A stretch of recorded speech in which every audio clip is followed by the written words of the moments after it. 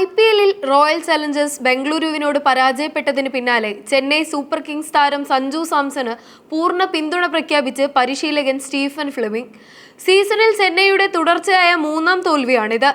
സഞ്ജുവിന് ചെന്നൈയുടെ ശൈലിയുമായി പൊരുത്തപ്പെടാൻ സമയം ആവശ്യമാണെന്നാണ് ഫ്ലെമിംഗിന്റെ പക്ഷം. ആരാധകർ ഏറെ പ്രതീക്ഷയോടെ കാത്തിരുന്ന സഞ്ജു സാംസണിന്റെ ചെന്നൈയിലേക്കുള്ള വരവ് നിലവിൽ അത്ര സുഖകരമായ പാതയിലല്ല. RCBക്കെതിരായ മത്സരത്തിൽ 251 റൺസ് എന്ന കൂറ്റൻ ലക്ഷ്യം പിന്തുടർന്ന ചെന്നൈക്ക് 43 റൺസിന്റെ തോൽവിയാണ് നേരിടേണ്ടി വന്നത്. ചെന്നൈ നിരയിൽ സർഫറാസ് ഖാൻ, പ്രശാന്ത് വീർ, ജാമി ഓവർട്ടൺ എന്നിവർ പൊരുതിയെങ്കിലും ടീമിനെ വിജയത്തിലേക്ക് എത്തിക്കാനായില്ല.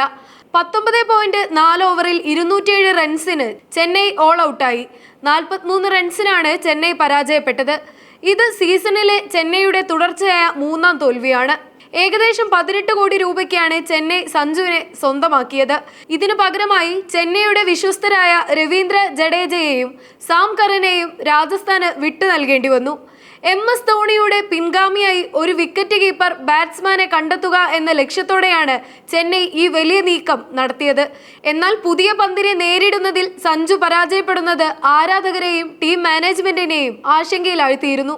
ഇതിനിടെയാണ് താരത്തിന് പ്രതിരോധ കോട്ട തീർത്ത് പരിശീലകൻ നേരിട്ടെത്തിയത്. വർഷങ്ങളോളം ഒരു ഫ്രാഞ്ചൈസിയിൽ കളിച്ച ശേഷം പുതിയൊരു ടീമിലെത്തുമ്പോൾ ആ അന്തരീക്ഷവുമായി ഇണങ്ങിച്ചേരാൻ സമയമെടുക്കും.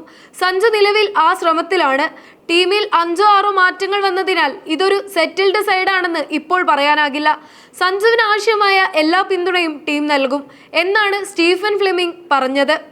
RCBയുടെ കൂറ്റൻ സ്കോറിന് പിന്നിൽ ചെന്നൈ ബൗളർമാരുടെ അവസാന ഓവറുകളിലെ പാളിച്ചകളാണെന്ന് ഫ്ലെമിംഗ് ചൂണ്ടിക്കാട്ടി. അവസാന 5 ഓവറിൽ മാത്രം 97 റൺസാണ് വഴങ്ങിയത്.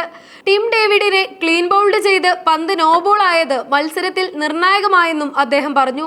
ചെന്നൈ ടീമിൽ നിലവിൽ 5-6 മാറ്റങ്ങൾ വന്നതിനാൽ ടീം ഒരു സെറ്റിൽഡ് അവസ്ഥയിലല്ലെന്നും അദ്ദേഹം കൂട്ടിച്ചേർത്തു.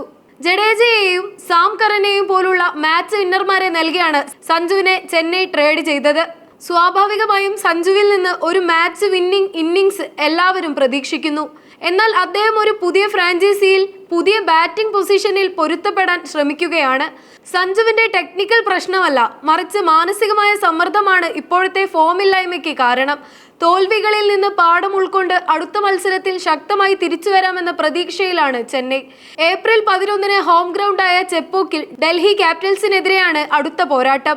പരിക്കിന്റെ പിടിയിലായിരുന്ന ദക്ഷിണാഫ്രിക്കൻ യുവതാരം ഡൊവാൾഡ് ബ്രെവിസ് ഡൽഹി ക്യാപിറ്റൽസിനെതിരെ നടക്കുന്ന അടുത്ത മത്സരത്തിൽ കളിച്ചേക്കും.